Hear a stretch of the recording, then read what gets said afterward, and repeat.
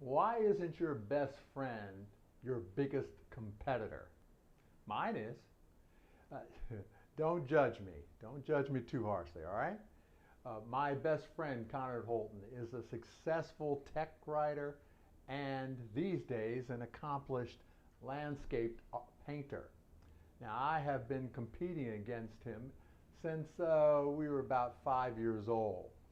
He is smarter, he is more well-read, and he's more talented than I. And I love him deeply. So by watching him excel in many things, I learned how to win in many essential skills. One critical skill he taught me was the skill of compelling reading, reading a lot. I remember in grade school, I would get extremely frustrated with myself after I would read a quarter of a book and then become disinterested. And I'd put it down and I'd feel disappointed within myself because I had quit the book.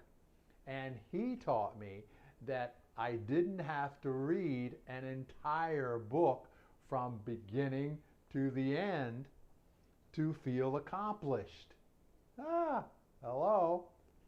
But to just understand what I enjoyed reading. And if I became disinterested in the story, I had every right to put it down and to start another entirely different book.